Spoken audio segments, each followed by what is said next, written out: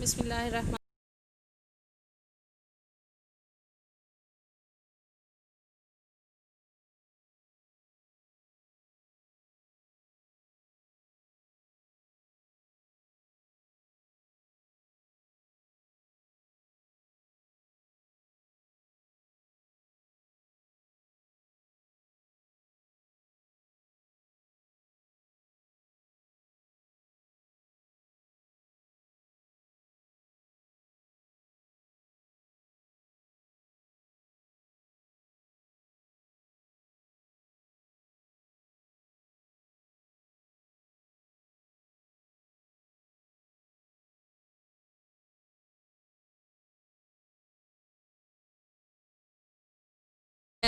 دوسری پریوں نے بھی منتیں کیں کہ سیدانی اماں یہیں رہ جاؤ، دنیا میں اب تمہارا کون ہے؟ مگر میں نے ایک نہ مانی، مجھ بد نصیب کو تو اپنے جیسے انسانوں کی بے مروتیاں یعنی بے دردیاں، ٹھیک ہے، دیکھتی تھیں پرستان میں کیوں بستی، وہ تو اللہ نے تمہارے دل میں رحم ڈال دیا جو گور گڑے کا ٹھکانہ ہو گیا۔ گور گڑے کا یعنی تجہیز و تکفین کی جگہ مل گئی، ورنہ تیرے میرے دردوں کی ٹھوکریں کھاتی پھرتی، یعنی تیرے میرے کہ یعنی کبھی آج یہاں ہوں تو کل وہاں ہوں۔ کہتے ہیں کہ وہاں کی شہزادی جس کی شادی تھی، اس نے بھی جو ہے وہ میرے بہت ہی زیادہ ترلے کیے، بہت ہی مجھے کہا کہ آپ یہیں پہ رک جائیں، اب آپ کا دنیا میں جو ہے وہ کون ہے؟ لیکن کہتی ہیں میں نے ایک نہ ان کی مانی، مجھے تو اپنے جیسے انسانوں میں رہنے کی عادت تھی، مجھے اپنے جیسے انسانوں کے درد سہنے کی جو ہے وہ عادت تھی، تو میں کیسے ادھر بستی، کیسے ادھر رہ دیتی؟ تو اگر میں ادھر رہ لیتی تو پھر میں جو ہے وہ کس طرح اب میرا یہاں پر جو تجہیز و تکفین کا یعنی مرنے کا، اس کا دفن کرنے کا جو ہے وہ مجھے جگہ مل گئی ہے، وہ مجھے کیسے ملتی؟ مجھے جو ہے وہ میں کبھی ادھر کی ٹھوکر کھاتی، کبھی ادھر کی ٹھوکر کھاتی۔ میر صاحب کی بیوی سیدانی بھی سب اللہ کے ہاتھ میں ہے، بندے کی میں کیا طاقت ہے کہ وہ بھوکے کو دے یا پیٹ بھرے سے چھینے؟ یہ اللہ تعالیٰ ہی کا کام ہے کہ وہ ہر ایک کو رزق دیتا ہے اور ہر ایک سے چھینتا ہے، ہر ایک اپنی تقدیر کا کھاتا ہے۔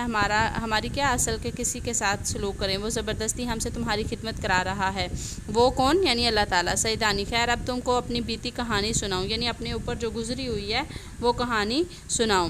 بیگم یہ وہ دن تھے کہ نواب اعظم الدولہ بہادر کی اکلوتی بیٹی یعنی اکیلی بیٹی کی بیاہ کی تیاریاں، شادی کی تیاریاں ہو رہی تھیں۔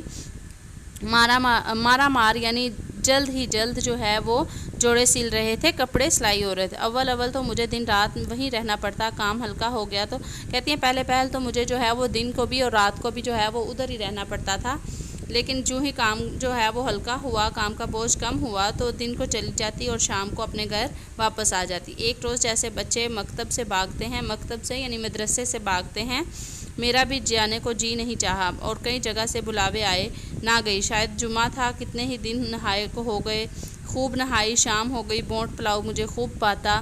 بونٹ پلاؤ یعنی کچے چنوں والے چاول کو کہتے ہیں، جو کچے ہرے سبز رنگ کے چنے ہوتے ہیں وہ ڈال کر جو چاول پکائے جاتے ہیں اس کو بونٹ پلاؤ کہا جاتا ہے۔ تو کہتے ہیں کہ مجھے یہ بہت ہی زیادہ پسند تھا، تو میں اپنی ماں سے جو ہے انہوں نے اس کی فرمائش کی تھی کہ مجھے بونٹ پلاؤ جو ہے وہ ماما سے بونٹ پلاؤ پکوایا۔ تھکی تھکائی لیٹی تھی، اتنے میں جٹ پٹا ہوا مغرب کے بعد کا وقت تھا، یعنی ابھی سورج غروب ہو رہا تھا۔